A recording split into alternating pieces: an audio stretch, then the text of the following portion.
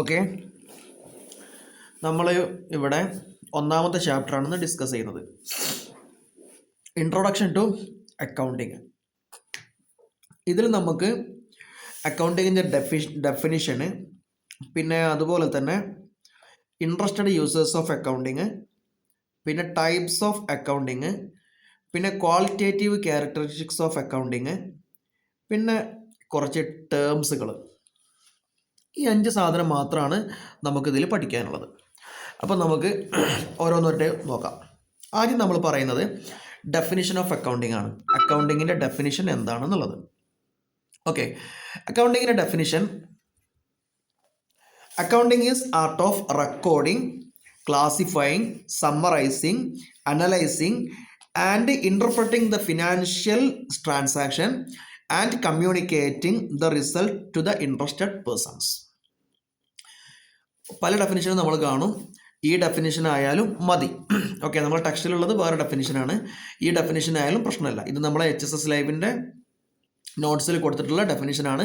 അപ്പോൾ ഇത് എഴുതി കഴിഞ്ഞാലും മാർക്ക് കിട്ടും. അപ്പോൾ നോക്കുക, ഇത് നമ്മൾ ഓരോന്നായിട്ട് ജസ്റ്റ് ഒന്ന് ചെക്ക് ചെയ്യാം.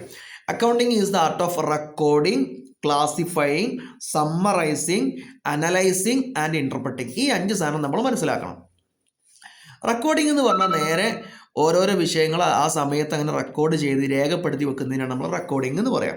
രണ്ടാമത്തത് ക്ലാസിഫൈയിങ് ആണ്. ക്ലാസിഫൈയിങ് എന്ന് പറഞ്ഞാൽ റെക്കോർഡ് ചെയ്ത് വെച്ച സാധനത്തെ തരംതിരിക്കുന്നതിനാണ് നമ്മൾ ക്ലാസിഫൈയിങ് എന്ന് പറയാം. ഓക്കെ, അപ്പോൾ ഈ റെക്കോർഡിംഗ് കൊണ്ട് ഉദ്ദേശിക്കുന്നത് ജേണൽ എൻട്രിയാണ്. ഈ മൊത്തം ജേണൽ എൻട്രികളെ നമ്മൾ പിന്നെ സെയിൽസ് മാത്രം ഒന്നിൽ രേഖപ്പെടുത്തുന്നു, പർച്ചേസ് വേറെ രേഖപ്പെടുത്തുന്നു, ക്രെഡിറ്റിന് വാങ്ങിയത് വേറെ, ക്രെഡിറ്റിന് വിറ്റത് വേറെ, ഇങ്ങനെ വേറെ വേറെ സെപ്പറേറ്റ് ആയിട്ട് രേഖപ്പെടുത്തും. ഇതിനാണ് നമ്മൾ ക്ലാസിഫൈങ് എന്ന് പറയാം. ഇതാണ് ലെഡ്ജർ. ഓക്കെ, അപ്പം accounting is art of recording, classifying. Summarising എന്ന് പറഞ്ഞാൽ മൂന്നാമത്തെ സ്റ്റേജാണ്. അതായത് നമ്മൾ ലെഡ്ജറിൽ എഴുതി വെച്ച ഈ സാധനത്തെ, ഇതിൻ്റെ എല്ലാത്തിൻ്റെയും ബാലൻസിനെ നമ്മൾ ട്രയൽ ബാലൻസിൽ കൊണ്ടുപോയി രേഖപ്പെടുത്തും. ഓക്കെ, ഇതാണ് സമ്മറൈസിങ് എന്ന് പറഞ്ഞത്. അപ്പോൾ ആദ്യം നമ്മൾ ജേണൽ എൻട്രി ചെയ്തു. അത് കഴിഞ്ഞതിന് ശേഷം നമ്മൾ ലെഡ്ജർ ഉണ്ടാക്കി. ലെഡ്ജറിലെ ബാലൻസ് നമ്മൾ പിന്നെ ട്രയൽ ബാലൻസിലേക്ക് നമ്മൾ എടുത്ത് എഴുതി. അപ്പോൾ സമ്മറൈസിങ് കഴിഞ്ഞു. ഓക്കെ, ഇനി അനലൈസ് ആണ്. ഈ ട്രയൽ ബാലൻസ് എന്നാണ് പിന്നെ നമ്മൾ ട്രയൽ ബാലൻസ് പ്ലസ് അതിൻ്റെ അഡ്ജസ്റ്റ്മെൻറ്റും കൂടെ കൂട്ടിയിട്ടാണ് നമ്മൾ ട്രേഡിംഗ് അക്കൗണ്ടും പ്രോഫിറ്റ് ആൻഡ് ലോസ് അക്കൗണ്ടും ബാലൻസ് ഷീറ്റും ഉണ്ടാക്കുന്നത്. ഓക്കെ, ആ ട്രേഡിംഗ് അക്കൗണ്ടും പ്രോഫിറ്റ് ആൻഡ് ലോസ് അക്കൗണ്ടും ബാലൻസ് ഷീറ്റും നമ്മൾ എന്താക്കാണ്, വിശകലനം ചെയ്യാണ്. ഓക്കെ, വിശദീകരിച്ച് നോക്കുകയാണ് എന്തൊക്കെയാണ് നടന്നത് എന്നുള്ള കാര്യങ്ങൾ മൊത്തം നമ്മൾ അനലൈസ് ചെയ്യും. അതിനുശേഷം നമ്മൾ എന്താക്കും, ഇൻ്റർപ്രറ്റ് ചെയ്യും. അനലൈസ് എന്ന് പറഞ്ഞാൽ അതിനെ വിശാലമായിട്ട് നോക്കുക. ഇൻ്റർപ്രറ്റ് എന്ന് പറഞ്ഞാൽ വ്യാഖ്യാനിക്കുക എന്നർത്ഥം. അതായത് നമ്മൾ എന്താക്കുന്നു, വിശകലനം ചെയ്ത് കഴിഞ്ഞതിന് ശേഷം നമുക്കൊരു പിന്നെ ഒരു വ്യാഖ്യാനത്തിലേക്ക് നമ്മളെത്തും. വ്യാഖ്യാനത്തിലേക്ക് എത്തുക എന്ന് പറഞ്ഞാൽ എന്താ, നമ്മളെ ബിസിനസ് ഈ ഭാഗങ്ങളൊക്കെ പുരോഗതി പ്രാപിക്കേണ്ടതുണ്ട്, പുരോഗതി കൈവരിക്കേണ്ടതുണ്ട്. അതോടൊപ്പം ഈ സാധനം ഇനി നമ്മൾ വാങ്ങാൻ പാടില്ല, കാരണം അത് കുറച്ച് മാത്രമേ വിറ്റ് പോയിട്ടുള്ളൂ. ഈ സാധനം നമ്മൾ കൂടുതൽ വാങ്ങണം, ഇനി ഈ കോസ്റ്റ് നമ്മൾ ഇങ്ങനെ കുറക്കണം എന്ന് പറഞ്ഞിട്ട് നമ്മളൊരു ഏകദേശം ഒരു നിഗമനത്തിലെത്തുക എന്നൊക്കെ പറയില്ലേ, ആ ഒരു സാധനം. ഇതാണ് നമ്മളിതിൻ്റെ റിസൾട്ട് എന്ന് പറയുന്നത്. ഈ റിസൾട്ടിന് നമ്മൾ എന്ത് ചെയ്യുകയാണെന്നറിയോ, പിന്നെ കമ്മ്യൂണിക്കേറ്റ് ചെയ്യുകയാണ്. കമ്മ്യൂണിക്കേറ്റ് ചെയ്യുക എന്ന് പറഞ്ഞാൽ എന്താണ്, ഈ സാധനങ്ങൾ നമ്മൾ ഷെയർ ചെയ്യുകയാണ്. ആരുമായിട്ട്? ഇൻട്രസ്റ്റഡ് യൂസേഴ്സ്, ഇതറിയാൻ താല്പര്യമുള്ള ആളുകൾ. ഓക്കെ, അപ്പോൾ ഒന്നുകൂടെ നോക്കുക. Accounting is art of recording, classifying, summarising, analysing and interpreting. Okay, the financial transaction, അതായത് സാമ്പത്തിക കാര്യങ്ങളെ, ട്രാൻസാക്ഷൻസ് എന്ന് പറഞ്ഞാൽ ഇടപാടുകൾ എന്നർത്ഥം, ഫിനാൻഷ്യൽ എന്ന് പറഞ്ഞാൽ സാമ്പത്തികം. അപ്പോൾ സാമ്പത്തിക ഇടപാടുകളെ രേഖപ്പെടുത്തുക, തരംതിരിക്കുക, അതിനെ എന്താക്കുക, സമ്മറൈസ് ചെയ്യുക, അനലൈസ് ചെയ്യുക, ഇൻ്റർപ്രറ്റ് ചെയ്യുക. എന്നിട്ട് ആൻഡ് കമ്മ്യൂണിക്കേറ്റിംഗ്, വിവരണങ്ങൾ കൈമാറുക. ദ റിസൾട്ട്, പിന്നെ നമുക്ക് കിട്ടിയ റിസൾട്ടിനെ കൈമാറുക ടു ദ ഇൻട്രസ്റ്റഡ് പേഴ്സൺസ്, ഇതറിയാൻ താല്പര്യമുള്ള ആളുകളിലേക്ക്. ഇതെന്തായാലും നമ്മൾ പഠിച്ചിരിക്കണം. ഇത് അക്കൗണ്ടൻസിൻ്റെ ഡെഫിനിഷനാണ്. ഓക്കെ, ഇനി നമ്മൾ അടുത്ത് പറയാൻ പോകുന്ന അത്ര ഇമ്പോർട്ടൻ്റ് ഉള്ള കാര്യമൊന്നുമല്ല.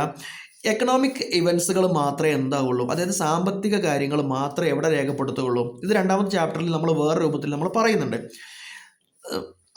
അതുകൊണ്ട് നമ്മൾ ജസ്റ്റ് ഒന്ന് പറഞ്ഞു പോവാം. സാമ്പത്തിക ഇടപാടുകൾ കാര്യം മാത്രമേ എന്താവുള്ളൂ നമ്മൾ അക്കൗണ്ടിങ്ങിൽ രേഖപ്പെടുത്തുള്ളൂ. ബിസിനസ്സിലല്ല കേട്ടോ, ബിസിനസ്സിലെല്ലാം രേഖപ്പെടുത്തും. അതേസമയം അക്കൗണ്ടിങ്ങിൽ നമ്മൾ രേഖപ്പെടുത്തുക സാമ്പത്തിക കാര്യങ്ങൾ മാത്രമാണ്. പണത്തിൻ്റെ സ്വഭാവമുള്ള കാര്യങ്ങൾ മാത്രമേ നമ്മൾ എന്താവുള്ളൂ, അക്കൗണ്ടിങ്ങിൽ രേഖപ്പെടുത്തുള്ളൂ. അതായത് ഇപ്പം നമ്മുടെ മാനേജർ കഴിഞ്ഞ വർഷം ഒരു മാനേജറിന് ഈ വർഷം വേറെ മാനേജർ, അപ്പോൾ മാനേജർ മാറി, അതെന്താവില്ല നമ്മൾ അക്കൗണ്ടിങ്ങിൽ രേഖപ്പെടുത്തൂല.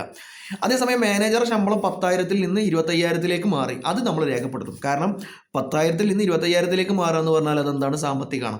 അതേസമയം മാനേജർ മാറുക എന്ന് പറഞ്ഞാൽ എന്തല്ല, സാമ്പത്തികമല്ല. അപ്പം നമ്മളൊരു കാര്യം മനസ്സിലാക്കി വെക്കുക, സാമ്പത്തിക സ്വഭാവമുള്ള കാര്യങ്ങൾ മാത്രമേ എന്താവുള്ളൂ, രേഖപ്പെടുത്തുള്ളൂ. ഓക്കെ, ഇനി ഇടപാടുകൾ തന്നെ സാമ്പത്തിക സ്വഭാവം തന്നെ 2 രൂപത്തിലുണ്ട്. ഒന്ന് നമ്മളെ ബിസിനസ്സിൻ്റെ ഉള്ളിലും, ഒന്ന് നമ്മളെ ബിസിനസ്സും പുറത്തുള്ള ആളുകളുടെ ബിസിനസ്സുമായിട്ട്. ഒന്നുകൂടെ നോക്കുക, സാമ്പത്തിക ഇടപാടുകൾ 2 രൂപത്തിലുണ്ട്. ഒന്ന്, ഇപ്പം എൻ്റെ എ എന്നുള്ള കമ്പനി ബി എന്നുള്ള വേറൊരാളുടെ കമ്പനിയിൽ നിന്ന് സാധനം വാങ്ങുന്നു, അങ്ങനെയാണെങ്കിൽ അത് എക്സ്റ്റേണൽ ഇവൻ്റാണ്. എക്സ്റ്റേണൽ എന്ന് പറഞ്ഞാൽ പുറത്ത് നടത്തും. ഇനി ഇൻറ്റേർണൽ ഇവൻ്റ് എന്ന് പറഞ്ഞാൽ എന്താ, എൻ്റെ എ എന്നുള്ള കമ്പനിയിൽ തന്നെ നമ്മൾ സാധനം ഉണ്ടാക്കുന്നുണ്ട്, സാധനം വിൽക്കുന്നുണ്ട്, പിന്നെ അങ്ങനെ പല പരിപാടിയുണ്ട്, മാനുഫാക്ചറിങ് ഉണ്ട്, സെയിൽ എല്ലാം ഉണ്ട്. അപ്പോൾ ഞാൻ എ എന്നുള്ള കമ്പനിയിലെ പ്രൊഡക്ഷൻ യൂണിറ്റിൽ നിന്ന്, അതല്ലെങ്കിൽ മാനുഫാക്ചർ സെക്ഷനിൽ നിന്ന് സെയിൽസ് ഡിപ്പാർട്ട്മെൻറ്റിലേക്ക് ഞാൻ സാധനം ഉണ്ടാക്കി കൊടുത്തു. അപ്പോൾ ഈ ഇടപാട് നടന്നത് എവിടെയാണ്, എ എന്നുള്ള കമ്പനീൻ്റെ ഉള്ളിലെ 2 ഡിപ്പാർട്ട്മെൻറ്റുകൾക്കിടയിലാണ്. എ എന്ന കമ്പനീൻ്റെ ഉള്ളിലെ 2 ഡിപ്പാർട്ട്മെൻറ്റ്, ഇതിനാണ് നമ്മൾ ഇൻറ്റേർണൽ ഇവൻ്റ് എന്ന് പറയാം. അതേസമയം എ എന്നുള്ള കമ്പനി ബി ഉള്ള കമ്പനിയുമായിട്ടാണ് ഇടപാടെങ്കിൽ അത് എക്സ്റ്റേണൽ ഇവൻ്റ് ആണ് എന്നുള്ളത്. ഓക്കെ, ഇനി ഇതിൽ പറയുന്നത് പിന്നെ നമ്മളെ ഡെഫിനിഷനിൽ പറഞ്ഞ പ്രധാനപ്പെട്ട 4 കാര്യങ്ങൾ. ഒന്ന് ഐഡൻറ്റിഫിക്കേഷന്, പിന്നൊന്ന് മെഷർമെൻറ്റ്, പിന്നൊന്ന് റെക്കോർഡിങ്, പിന്നൊന്ന് കമ്മ്യൂണിക്കേഷൻ. ഈ 4 സാധനങ്ങൾ എന്താ എന്ന് ജസ്റ്റ് ഒന്ന് മനസ്സിലാക്കണം. ഓക്കെ, അതിൽ ഐഡൻറ്റിഫിക്കേഷൻ എന്ന് പറഞ്ഞാൽ അക്കൗണ്ടിങ്ങിൽ രേഖപ്പെടുത്തേണ്ട സാധനമാണോ അല്ലേ ഇത് എന്ന് തിരിച്ചറിയുന്നതിനാണ് നമ്മൾ ഐഡൻറ്റിഫിക്കേഷൻ എന്ന് പറയുന്നത്. ഇപ്പോൾ ഒരു ഉദാഹരണത്തിന് 4 ആളുകൾ സാധനം വാങ്ങാൻ വേണ്ടി വന്നു, അതെന്തല്ല, അക്കൗണ്ടിങ്ങിൽ രേഖപ്പെടുത്തേണ്ട സാധനമല്ല. അതേസമയം 2,000 രൂപയ്ക്ക് സാധനം വാങ്ങിപ്പോയി, അത് രേഖപ്പെടുത്തേണ്ടതാണ്. അപ്പോൾ ഒന്നാമത്തെ സാധനം ഐഡൻറ്റിഫിക്കേഷനാണ്. ഐഡൻറ്റിഫിക്കേഷൻ എന്ന് പറഞ്ഞാൽ നമ്മുടെ അക്കൗണ്ടിങ്ങിൽ രേഖപ്പെടുത്തേണ്ടതാണോ അല്ലേ എന്നുള്ളത് തിരിച്ചറിയുക, ഇതിനാണ് ഐഡൻറ്റിഫിക്കേഷൻ എന്ന് പറയുന്നത്. രണ്ടാമത്തെ സാധനം മെഷർമെൻ്റ് ആണ്. ഓക്കെ, മെഷർമെൻറ്റോട് ഇവിടെ ഉദ്ദേശിക്കുന്നത് നമ്മൾ രേഖപ്പെടുത്തുന്ന സാധനം പണത്തിൻ്റെ അളവിൽ നമുക്ക് കണക്കാക്കാൻ പറ്റുന്നതാവണം, അതായത് പണത്തിൻ്റെ സ്വഭാവമുള്ളതാവണം, അല്ലാത്തത് രേഖപ്പെടുത്താൻ കഴിയില്ല. മൂന്നാമത്തെ സാധനം പറയുന്നത് റെക്കോർഡിംഗ് ആണ്. റെക്കോർഡിംഗ് എന്ന് പറഞ്ഞാൽ പിന്നെന്താ, രേഖപ്പെടുത്തുക എന്നുള്ളത് തന്നെയാണ്. നാലാമത്തെ സാധനം കമ്മ്യൂണിക്കേഷനാണ്. ഈ റെക്കോർഡിങ്ങിൻ്റെ തുടർച്ചയായിട്ടാണ് നമ്മൾ ക്ലാസിഫൈങ്ങും സമ്മറൈസിങ്ങും അനലൈസിങ്ങും ഇൻ്റർപ്രറ്റിങ്ങും വരുന്നത്. പിന്നെ അവിടെ ലാസ്റ്റ് സംഭവിക്കുന്നത് എന്താണ്, നമ്മൾ ഈ റിസൾട്ടിനെ മറ്റുള്ള ആളുകളുമായിട്ട് ഷെയർ ചെയ്യുക എന്നുള്ളതാണ്. ഓക്കെ, അപ്പോൾ ഐഡൻറ്റിഫിക്കേഷൻ, മെഷർമെൻറ്റ്, പിന്നെ റെക്കോർഡിങ്, കമ്മ്യൂണിക്കേഷൻ. ഓക്കെ, ഇനി നിങ്ങളിവിടെ ഓർഗനൈസേഷൻ എന്നൊരു സാധനം കാണുന്നുണ്ട്. ഓർഗനൈസേഷൻ എന്ന് പറഞ്ഞാൽ അതുകൊണ്ട് ഉദ്ദേശിക്കുന്നത് പിന്നെ അതായത് ബിസിനസ്സിൻ്റെ സ്ഥാപനം എന്നുള്ളതാണ്. ബിസിനസ് സ്ഥാപനം, ഇപ്പം ഞാൻ ടെക്സ്റ്റൈൽ ഷോപ്പാണ് നടത്തുന്നതെങ്കിൽ ആ textile shop. Okay, star textiles എൻ്റെ സ്ഥാപനം, ഇതാണ് ഓർഗനൈസേഷൻ എന്ന് പറയുന്നത്. ഇനി ഇവിടെ ഒരു കാര്യം മനസ്സിലാക്കേണ്ടത്, ഓർഗനൈസേഷൻ 2 രൂപത്തിലുണ്ടാവും. ഒന്ന് പ്രോഫിറ്റ് ഓർഗനൈസേഷനും ഒന്ന് നോൺ പ്രോഫിറ്റ് ഓർഗനൈസേഷനും. പ്രോഫിറ്റ് ഓർഗനൈസേഷൻ എന്ന് പറഞ്ഞാൽ അതുകൊണ്ട് ഉദ്ദേശിക്കുന്നത് ഞാൻ ഈ സ്ഥാപനം നടത്തുന്നത് ലാഭം ഉണ്ടാക്കണം എന്നുള്ള ഉദ്ദേശത്തിലാണ്, അങ്ങനെയാണെങ്കിൽ അത് പ്രോഫിറ്റ് ഓർഗനൈസേഷനാണ്. അതേസമയം നോൺ പ്രോഫിറ്റ് ഓർഗനൈസേഷൻ എന്ന് പറഞ്ഞാൽ ഞാൻ സ്ഥാപനം നടത്തുന്നുണ്ട്, പക്ഷേ എൻ്റെ ഉദ്ദേശം എന്തല്ല, ലാഭം ഉണ്ടാക്കുക എന്നുള്ളതല്ല, ജനങ്ങളെ സേവിക്കുക എന്നുള്ളതാണ്. ഉദാഹരണത്തിന് നമ്മുടെ നാട്ടിലെ ക്ലബ്ബിലേക്ക് ചിലപ്പോൾ നമ്മൾക്ക് മെമ്പർഷിപ്പ് വഴി ഇങ്ങനെ പല പൈസ നമ്മൾ കൊടുക്കുന്നില്ലേ, അതിൻ്റെ ഉദ്ദേശം എന്താണോ, നമുക്ക് തിരിച്ച് ലാഭം കിട്ടുക എന്നാണോ? അല്ല, സേവനം ചെയ്യുക എന്നുള്ളതാണ്. നമ്മുടെ നാട്ടിൽ പല പാലിയേറ്റീവ് കെയറുകൾ ഉണ്ടാവില്ലേ, രോഗികളെ ശുശ്രൂഷിക്കാൻ വേണ്ടിയിട്ട്, നമ്മൾ അതുകൊണ്ട് ഉദ്ദേശിക്കുന്നത് ലാഭം ഉണ്ടാക്കലാണോ? അല്ല. അപ്പം 2 ടൈപ്പ് ഓർഗനൈസേഷൻ ഉണ്ട്, ഒന്ന് പ്രോഫിറ്റ് ഓർഗനൈസേഷനും ഒന്ന് നോൺ പ്രോഫിറ്റ് ഓർഗനൈസേഷനും. ഓക്കെ, ഇനി interested users of accounting information. അക്കൗണ്ടിങ്ങിൻ്റെ ഇൻഫർമേഷൻ അതിനോട് ഇൻട്രസ്റ്റ് ഉള്ളത്, അതറിയാൻ ആഗ്രഹമുള്ളത് ആരൊക്കെയാണ്? ഇത് ഏറെക്കുറെ പരീക്ഷയ്ക്ക് വരുന്നൊരു ചോദ്യമാണ്. ആദ്യം തന്നെ മനസ്സിലാക്കേണ്ടത്, നിങ്ങളുടെ അക്കൗണ്ടിങ് ഇൻഫർമേഷൻ അറിയാൻ ആഗ്രഹിക്കുന്ന അതല്ലെങ്കിൽ ആർക്കൊക്കെയാണ് അത് അറിഞ്ഞിരിക്കേണ്ടത്, ഇതാണ് ഇതുകൊണ്ട് ഉദ്ദേശിക്കുന്നത്. ഇത് 2 ടീമാണുള്ളത്, ഒന്ന് ഇൻറ്റേർണൽ യൂസേഴ്സും പിന്നെ ഒന്ന് എക്സ്റ്റേണൽ യൂസേഴ്സും. അതിൽ ഇൻറ്റേർണൽ യൂസേഴ്സ് എന്ന് പറഞ്ഞാൽ നമ്മളെ സ്ഥാപനത്തിൻ്റെ അകത്തുള്ള ആളുകളാണ്. അതേസമയം എക്സ്റ്റേണൽ യൂസേഴ്സ് എന്ന് പറഞ്ഞാൽ സ്ഥാപനത്തിൻ്റെ പുറത്തുള്ള ആളുകളാണ്. അപ്പോൾ നമുക്കൊരു ഇൻറ്റേർണൽ യൂസേഴ്സിനെ കുറിച്ചും ഒരു 2-3 എക്സ്റ്റേണൽ യൂസേഴ്സിനെ എന്താക്കാൻ നമുക്കിവിടെ പറയാം. ഒന്ന് ഇൻറ്റേർണൽ യൂസ് എന്ന് പറഞ്ഞാൽ അതുകൊണ്ട് ഉദ്ദേശിക്കുന്നത് എന്താ, നമ്മളെ സ്ഥാപനത്തിൻ്റെ അകത്തുള്ള ആൾ. ഉദാഹരണത്തിന് മുതലാളിക്ക് അറിയണ്ടേ എൻ്റെ സ്ഥാപനം ഇപ്പോൾ എവിടെയാണുള്ളത് എന്നുള്ളത്, പൊസിഷൻ എന്താണെന്നുള്ളത് മുതലാളിക്ക് അറിയണം. അപ്പോൾ മുതലാളി എന്താണ്, ഇൻറ്റേർണൽ യൂസേഴ്സ് ആണ്, ഓണർ. രണ്ടാമത്തത് മാനേജറാണ്. മാനേജർ എന്ന് പറഞ്ഞാൽ സ്ഥാപനം നോക്കി നടത്തുന്ന ആൾ. ഓക്കെ, എല്ലാ സമയത്തും ഓണർ തന്നെ ആയിക്കൊള്ളുന്നില്ല സ്ഥാപനം നടത്തുന്നത്, മാനേജറെ വെച്ചിട്ടുണ്ടാവും. അപ്പം മാനേജർക്ക് അറിയണം ഇനി ഭാവിയിലുള്ള കാര്യങ്ങൾ തീരുമാനിക്കണമെങ്കിലും മാനേജർക്ക് എന്താണ് ഈ റിപ്പോർട്ട് കിട്ടണം. ഓക്കെ, അതുപോലെ തന്നെ ചീഫ് എക്സിക്യൂട്ടീവ് ഓഫീസർ, അതുപോലെ തന്നെ അവിടുത്തെ എംപ്ലോയി. ഓക്കെ, ഇവരൊക്കെ എന്താണ് ഇൻറ്റേർണൽ യൂസേഴ്സ് ആണ്. അപ്പോൾ നിങ്ങൾ ഇത്ര മാത്രം മനസ്സിലാക്കിയാൽ മതി. സ്ഥാപനത്തിലെ ജോലിക്കാർ, സ്ഥാപനത്തുമായി ബന്ധപ്പെട്ട് കിടക്കുന്ന എല്ലാ ആളുകളും, ഓക്കെ, സ്ഥാപനത്തിൽ പൈസ ഇറക്കിയ ആൾ, അതായത് മുതലാളി എന്നർത്ഥം, സ്ഥാപനത്തിൽ വർക്ക് ചെയ്യുന്ന ആളുകൾ, സ്ഥാപനത്തിൽ ചീഫ് എക്സിക്യൂട്ടീവ് ഓഫീസർ, സ്ഥാപനത്തിൻ്റെ മാനേജ്മെൻറ്റ്, സ്ഥാപനത്തിൻ്റെ ഡയറക്ടർ, സ്ഥാപനത്തിൻ്റെ ഫിനാൻസ് ഓഫീസർ, ഇവരൊക്കെ എന്താണ് ഇൻറ്റേർണൽ യൂസേഴ്സ് ആണ്. അതേസമയം എക്സ്റ്റേണൽ യൂസേഴ്സ് എന്ന് പറഞ്ഞാൽ ആരാണ്? എക്സ്റ്റേണൽ യൂസേഴ്സ് എന്ന് പറഞ്ഞാൽ സ്ഥാപനത്തിൻ്റെ പുറത്തുള്ള ആളുകളാണ്, പക്ഷേ അവർക്ക് ഇത് അറിഞ്ഞാൽ അതുകൊണ്ട് ഉപകാരമുണ്ട്. ഉദാഹരണത്തിന് ബാങ്ക്, നമുക്ക് കുറച്ച് പൈസ കടം വേണമെന്ന് വിചാരിക്കുക. നമ്മൾ ബാങ്കിനെ കൊണ്ടുപോയി ബാങ്കിൻ്റെ അടുത്ത് സമീപിക്കുന്നു. ബാങ്ക് പറയുന്നു നിങ്ങളെ റിപ്പോർട്ട് കിട്ടണം. അതെന്തിനു വേണ്ടിയിട്ടാണ്? ഇവർക്ക് കടം കൊടുത്തു കഴിഞ്ഞാൽ അത് തിരിച്ച് കിട്ടോ ഇല്ലേ എന്നുള്ളത് അറിയണം. അതിന് മാത്രം ആസ്തി ഇവരെ കയ്യിലുണ്ടോ എന്ന് അറിയണം, എന്നാലും ഇവർക്ക് കടം കൊടുക്കാൻ വേണ്ടി പറ്റുള്ളൂ. അപ്പം ഈ റിപ്പോർട്ട് ആർക്ക് ഉപകാരപ്പെടും? ബാങ്കിന് ഉപകാരപ്പെടും. ക്രെഡിറ്റേഴ്സ് എന്ന് പറഞ്ഞാൽ ആരാണ്? നമുക്ക് ഇങ്ങോട്ട് പൈസ തരുന്ന ആൾക്കാണ്, കടം തരുന്ന ആൾക്കാണ് നമ്മൾ ക്രെഡിറ്റേഴ്സ് എന്ന് പറയാം. അവർക്കും അങ്ങനെ തന്നെയാണ്, ബാങ്കിൻ്റെ അതേ ഉപകാരമാണ് അവർക്കുള്ളത്. ഗവൺമെൻറ്റിന് എന്തിനാണ്? നിങ്ങൾ കൃത്യമായിട്ട് ടാക്സ് കൊടുക്കുന്നുണ്ടോ ഇല്ലേ എന്ന് അറിയാനാണ് ഗവൺമെൻറ്റിന് ഈ റിപ്പോർട്ട് ആവശ്യമുള്ളത്. ഓക്കെ, പിന്നെ അതുപോലെ തന്നെ ഇൻവെസ്റ്റേഴ്സ് എന്ന് പറഞ്ഞാൽ ആരാണ്? ഇപ്പോൾ ഒരാളെ കയ്യിൽ എന്തുണ്ട്, ഒരു 10 ലക്ഷം ഉറുപ്പിക ഉണ്ടെന്ന് വിചാരിക്കുക. മൂപ്പർക്ക് ഇത് ഏതെങ്കിലും ഒരു സ്ഥാപനത്തിൽ കൊണ്ടുപോയിട്ട് ഡെപ്പോസിറ്റ് ചെയ്യണമെന്നുണ്ട്. ഈ ഏതൊക്കെ സ്ഥാപനങ്ങളാണ് നല്ലത്, ഏതൊക്കെ സ്ഥാപനങ്ങളിലാണ് ഇത് പറ്റാത്തത് എന്ന് മൂപ്പർ എങ്ങനെയാണ് തീരുമാനിക്കുക? റിപ്പോർട്ട് നോക്കിയിട്ട്, അക്കൗണ്ടിങ് റിപ്പോർട്ട് നോക്കും. എന്നിട്ട് നോക്കും ഏത് കമ്പനിയാണ്, അതല്ലെങ്കിൽ ഏത് സ്ഥാപനമാണ് പെട്ടെന്ന് വളർന്നു വരുന്നത്, അതല്ലെങ്കിൽ ഏതാണ് ഇപ്പോൾ ഇൻവെസ്റ്റ് ചെയ്യാൻ പറ്റാത്തത് എന്ന്. ഓക്കെ, അപ്പം നോക്കുക, ഒന്ന് ഗവൺമെൻറ്, പിന്നൊന്ന് ബാങ്ക്, പിന്നൊന്ന് ഫിനാൻഷ്യൽ ഇൻസ്റ്റിറ്റ്യൂഷൻസ്, അങ്ങനെ മനസ്സിലാക്കിയാൽ മതി. ഫിനാൻഷ്യൽ ഇൻസ്റ്റിറ്റ്യൂഷൻസ് പിന്നെ ഇത് നമ്മൾ ലാസ്റ്റ് പറഞ്ഞ സാധനം ഗവൺമെൻറ് പറഞ്ഞു, ഫിനാൻഷ്യൽ ഇൻസ്റ്റിറ്റ്യൂഷൻസ് പറഞ്ഞു, പിന്നെ ബാങ്ക് ഒരു ഫിനാൻഷ്യൽ ഇൻസ്റ്റിറ്റ്യൂഷൻ തന്നെയാണ് കേട്ടോ. പിന്നെ ഒന്ന് ഡെപ്പോസിറ്റേഴ്സ്, ഓക്കെ, ഇൻവെസ്റ്റേഴ്സ്, അങ്ങനെ പറയാൻ നല്ലത്, ഇൻവെസ്റ്റേഴ്സ്. അപ്പോൾ ഇതാണ് എന്ത് എക്സ്റ്റേണൽ എന്ന് പറഞ്ഞുകൊണ്ട് ഉദ്ദേശിക്കുന്നത്. അപ്പം നിങ്ങൾ ഇത്ര മാത്രം പഠിച്ചാൽ മതി.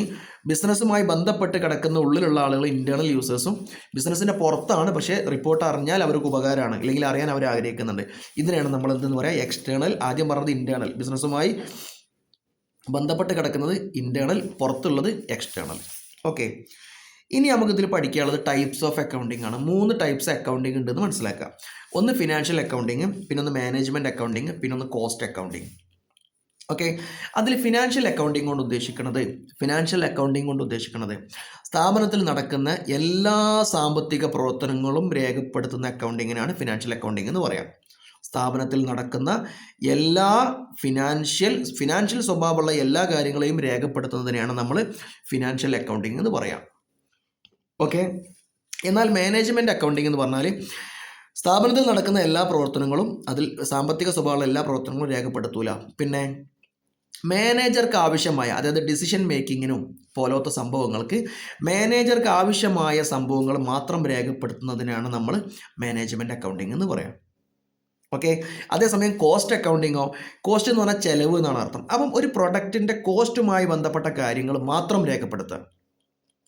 ആദ്യത്തേൽ മൊത്തം രേഖപ്പെടുത്തി, രണ്ടാമത്തേൽ മാനേജ്മെൻറ്റിന് ഡിസിഷൻ എടുക്കാൻ ആവശ്യമായ സാധനങ്ങൾ മാത്രം രേഖപ്പെടുത്തിയത്, മൂന്നാമത്തത് കോസ്റ്റുമായി ബന്ധപ്പെട്ട കാര്യങ്ങൾ മാത്രം രേഖപ്പെടുത്തുക. അപ്പോൾ 3 ടൈപ്പ് അക്കൗണ്ടിങ് ആണുള്ളത്. ഒന്ന് ഫിനാൻഷ്യൽ അക്കൗണ്ടിങ്, രണ്ടാമത്തെ മാനേജ്മെൻറ്റ് അക്കൗണ്ടിങ്, മൂന്നാമത്തത് കോസ്റ്റ് അക്കൗണ്ടിങ്. ഓക്കെ, ഇനി നമ്മൾ പറയുന്നത് പിന്നെ qualitative characteristics of accounting information. അതായത് നമ്മളിപ്പോൾ ഒരു അക്കൗണ്ടിങ് റിപ്പോർട്ട്, നിങ്ങളൊരു അക്കൗണ്ടൻ്റ് ആണ്, അപ്പോൾ നിങ്ങൾ എന്താക്കുകയാണ്, ഈ മാസത്തെ ഒരു റിപ്പോർട്ട്, അക്കൗണ്ടിങ്ങിൻ്റെ റിപ്പോർട്ട് തയ്യാറാക്കുന്ന സമയത്ത് അത് നല്ലൊരു അക്കൗണ്ടിങ് റിപ്പോർട്ട് ആവണമെങ്കിൽ താഴെ പറയുന്ന 4 ക്വാളിറ്റി അതിൽ വേണം. താഴെ പറയുന്ന 4 ഗുണവിശേഷങ്ങൾ എന്താവണം? അതിൽ വേണം, ഗുണങ്ങളിൽ വേണം. എന്തൊക്കെയാണ് നോക്കുക? ഒന്ന് റിലയബിലിറ്റിയാണ്, രണ്ടാമത്തെ റെലവൻസ് ആണ്, മൂന്നാമത്തെ അണ്ടർസ്റ്റാൻഡബിലിറ്റിയാണ്, നാലാമത്തത് കമ്പയറബിലിറ്റിയാണ്. ഇനി ഓരോന്നും എന്താണെന്ന് മനസ്സിലാക്കാം. റിലയബിലിറ്റി എന്ന് പറഞ്ഞാൽ ഈ സാധനം സത്യസന്ധമായ സാധനമാവണം. ഇതാണ് റിലയബിലിറ്റി എന്ന് പറഞ്ഞാൽ. വിശ്വാസയോഗ്യമായിരിക്കണം. ടാക്സ് കുറക്കാൻ വേണ്ടി നിങ്ങൾ പ്രോഫിറ്റ് കുറച്ച് എഴുതാൻ വേണ്ടി പാടില്ല. കൂടുതൽ ഇൻവെസ്റ്റേഴ്സിനെ അട്രാക്റ്റ് ചെയ്യാൻ വേണ്ടിയിട്ട് പ്രോഫിറ്റ് കൂട്ടി എഴുതാനും പാടില്ല. കറക്റ്റ് സാധനം എന്തായിരിക്കണം, എഴുതിയിരിക്കണം. ഇതിനാണ് നമ്മൾ റിലയബിലിറ്റി എന്ന് പറയുന്നത്. അടുത്ത നോക്കുക റെലവൻസ് ആണ്. റെലവൻസ് എന്ന് പറഞ്ഞാൽ പ്രധാനപ്പെട്ട എല്ലാ കാര്യങ്ങളും എന്താക്കണം, അതിൽ ചേർക്കണം. അത് മാത്രമല്ല അത് സമയത്തിന് എന്താക്കണം, അവൈലബിൾ ആവും വേണം. ഓക്കെ, ഇൻഫർമേഷനുകളൊക്കെ എന്തായിരിക്കണം, റെലവൻ്റ് ആയിരിക്കണം, പ്രസക്തമായിരിക്കണം. യെസ്, പ്രസക്തമായിരിക്കണം എന്നാണ്. പ്രാധാന്യമുള്ളതായിരിക്കണം, അല്ലെങ്കിൽ പ്രസക്തമായിരിക്കണം, സമയത്തിന് എന്താവണം, അവൈലബിളും ആവണം. മൂന്നാമത്തെ സാധനം അണ്ടർസ്റ്റാൻഡബിലിറ്റിയാണ്. അത്യാവശ്യം അക്കൗണ്ടിങ്ങുമായി ബന്ധപ്പെട്ട ആളുകൾക്ക് ഇതിലെ വിഷയങ്ങളൊക്കെ നോക്കിയാൽ മനസ്സിലാവണം റിപ്പോർട്ടിങ്ങിലെ. ഓക്കെ, നാലാമത്തെ സാധനം കമ്പയറബിലിറ്റിയാണ്. കമ്പയറബിലിറ്റി എന്ന് പറഞ്ഞാൽ എന്താ, അതായത് നമ്മുടെ ഈ റിപ്പോർട്ട് വേറെ ആളുടെ റിപ്പോർട്ടുമായിട്ട് കമ്പയർ ചെയ്യാൻ പറ്റുന്നതാവണം. അക്കൗണ്ടിങ് കുറേ ടേംസുകളുണ്ട്. ഈ ടേംസുകളൊക്കെ തെറ്റ് ചെയ്ത് കഴിഞ്ഞാൽ നമുക്ക് എന്താക്കാൻ പറ്റില്ല, കമ്പയർ ചെയ്യാൻ വേണ്ടി പറ്റില്ല. ഇതിന് ഡെബിറ്റ് ക്രെഡിറ്റ് ഇങ്ങനെ ഓരോ സിസ്റ്റങ്ങളുണ്ട്. എല്ലാവരും ചെയ്യുന്നൊരു ഡെബിറ്റ് ക്രെഡിറ്റ് സിസ്റ്റം ഉണ്ട്. ഈ സിസ്റ്റം തെറ്റിച്ചിട്ട് കമ്പയർ ചെയ്യാൻ പറ്റാത്ത രൂപത്തിൽ ഇത് പ്രിപ്പയർ ചെയ്യാൻ പാടില്ല. അപ്പം 4 ക്വാളിറ്റികൾ എന്താണ് നമ്മൾ അക്കൗണ്ടിങ് ഇൻഫർമേഷന് വേണം. 1 എന്താണ്, റിലയബിലിറ്റിയാണ്. 2 റെലവൻസ് ആണ്. 3 അണ്ടർസ്റ്റാൻഡബിലിറ്റിയാണ്. 4 കമ്പയറബിലിറ്റിയാണ്. റിലയബിലിറ്റി എന്ന് പറഞ്ഞാൽ വിശ്വാസയോഗ്യമായിരിക്കണം. റെലവൻറ്റ് എന്ന് പറഞ്ഞാൽ പ്രസക്തമായിരിക്കണം. അണ്ടർസ്റ്റാൻഡബിലിറ്റി എന്ന് പറഞ്ഞാൽ മനസ്സിലാക്കാൻ പറ്റുന്നതാവണം. കമ്പയറബിലിറ്റി എന്ന് പറഞ്ഞാൽ മറ്റ് സാധനങ്ങളുമായിട്ട് കമ്പയർ ചെയ്യാൻ പറ്റുന്നതാവണം. ഇങ്ങനെ 4 ക്വാളിറ്റികൾ എന്താവണം, വേണമെന്നാണ് പറഞ്ഞത്. ഓക്കെ, ഇനി നമ്മൾ അടുത്ത് പറയുന്നത് സാധാ പരീക്ഷയ്ക്ക് ചോദിക്കുന്ന ഒരു ചോദ്യമാണ് ഒബ്ജക്റ്റീവ്സ് ഓഫ് അക്കൗണ്ടിങ്. എന്താണ് അക്കൗണ്ടിങ്ങിൻ്റെ ഒബ്ജക്റ്റീവ്? അക്കൗണ്ടിങ്ങിൻ്റെ ഒബ്ജക്റ്റീവാണ് ഇതിൽ ചോദിക്കാൻ സാധ്യത ഉള്ളത്. ഇതുപോലത്തെ വേറൊരു ക്വസ്റ്റ്യൻ ആണ് objectives of trial balance. Confusion ആവരുത്. ഇവിടെ ചോദിക്കുന്നത് ഒബ്ജക്റ്റീവ്സ് ഓഫ് അക്കൗണ്ടിങ്. അതായത് നമ്മൾ ഈ അക്കൗണ്ടിങ് പഠിക്കുന്നുണ്ട്. എന്തിനാണ് ഈ അക്കൗണ്ടിങ് എന്ന് പറഞ്ഞ സാധനം എന്താണ് അതുകൊണ്ടുള്ള നേട്ടം, അതാണ് ഈ പറയാൻ വേണ്ടി പോകുന്നത്. 4 നേട്ടങ്ങളാണ് ഇവിടെ പറയുന്നത്. 1, ടു മെയിൻറ്റെയിൻ ബിസിനസ് റെക്കോർഡ്. അതായത് ബിസിനസ്സിൽ നടക്കുന്ന ഓരോ സംഭവങ്ങളെയും, ഫിനാൻഷ്യൽ സ്വഭാവമുള്ള സംഭവങ്ങളെയും എങ്ങനെ രേഖപ്പെടുത്തണം, അതല്ലെങ്കിൽ അത് രേഖപ്പെടുത്താൻ പഠിക്കുക എന്നുള്ളതാണ് ഒന്നാമത്തെ ലക്ഷ്യം. രണ്ടാമത്തത് calculation of profit and loss. ലാഭമാണോ നഷ്ടമാണോ എന്ന് തിരിച്ചറിയണമെങ്കിൽ എന്ത് വേണം, രേഖപ്പെടുത്തണം. അപ്പോൾ ഒന്നാമത്തെ രേഖപ്പെടുത്തുക എന്നുള്ളതാണ്. രണ്ടാമത്തെ രേഖപ്പെടുത്തി കഴിഞ്ഞാൽ ലാഭമാണോ നഷ്ടമാണോ എന്നുള്ളത് തിരിയുള്ളൂ. മൂന്നാമത്തെ സാധനം ascertainment of financial position. Financial position എവിടെയെന്ന് തിരിച്ചറിയാൻ. അതായത് ഇത് രണ്ടും തമ്മിൽ ചെറിയൊരു കൺഫ്യൂഷൻ ഉണ്ടാവാനുള്ള സാധ്യത ഉണ്ട്. ലാഭം നഷ്ടം നമ്മൾ തീരുമാനിക്കുന്ന ഒരു വർഷത്തേക്കാണ്. ഓക്കെ, അതേസമയം ഫിനാൻഷ്യൽ പൊസിഷൻ തീരുമാനിക്കൽ എങ്ങനെയാണ്, നമ്മൾ സ്ഥാപനം തുടങ്ങി അന്ന് മുതൽ ഇതുവരെയുള്ള എല്ലാം വെച്ചിട്ടാണ് നമ്മൾ എന്താകുക, ഫിനാൻഷ്യൽ പൊസിഷൻ എന്താകുക തീരുമാനിക്കുക. ഉദാഹരണത്തിന് കഴിഞ്ഞ വർഷം 10,000 നഷ്ടമാണ്. അപ്പോൾ നമ്മൾ പ്രോഫിറ്റ് ആൻഡ് ലോസ് നോക്കുന്ന സമയത്ത് ഈ വർഷം നഷ്ടമാണെന്നാണ് നമ്മൾ പറയാം. അതേസമയം ബിസിനസ് നഷ്ടമാണോ? അല്ല. കാരണം എന്താ, മുമ്പത്തെ വർഷം നമുക്ക് ഒരു 1 lakhൻ്റെ മേലെ എന്തുണ്ട്, നമുക്ക് ലാഭമുണ്ട്.